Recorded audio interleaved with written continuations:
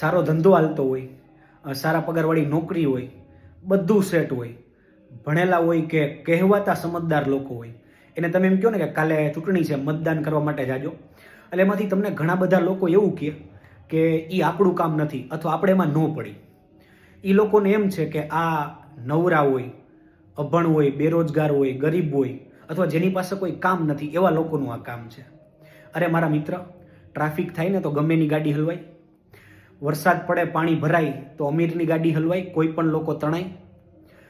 એને એમ હોય કે આપણે ક્યાં છોકરા સરકારી સ્કૂલમાં ભણાવવા છે.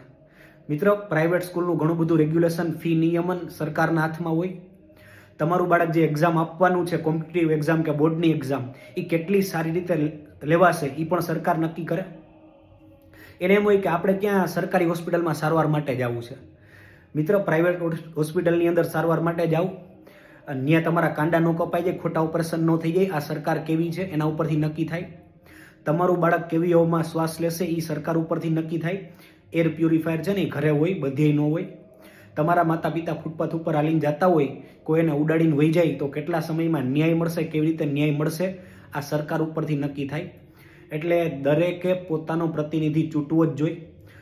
કોઈ પણ પક્ષ, કોઈ પણ ઉમેદવારને મત અપાય, પણ મતદાન કરવા માટે જવું જોઈએ, જવું જોઈએ ને જવું જ જોઈએ. તમને એમ હોય કે કોઈ ઉમેદવાર સારો નથી, તો પછી એમાંથી જે સારો લાગતો હોય, જે કાંઈ ઉમેદવારો છે એમાંથી એવા બેટર ઓપ્શનને મત અપાય. છેલ્લે બાકી નોટાને મત આપી શકાય. જોકે હજી નોટા જીતે તો શું, એનું કંઈ નથી, એના કરતાં ઓછા મત મળ્યા હોય એને જ ચૂંટવામાં આવે, એને જ જીતેલ જાહેર કરવામાં આવે. એટલે નોટામાં બંને તો મત ન બગાડાય, કોઈ પણ ઉમેદવારને મત અપાય, તમને જે સારું લાગે, જેટલા ઊભા છે એમાંથી.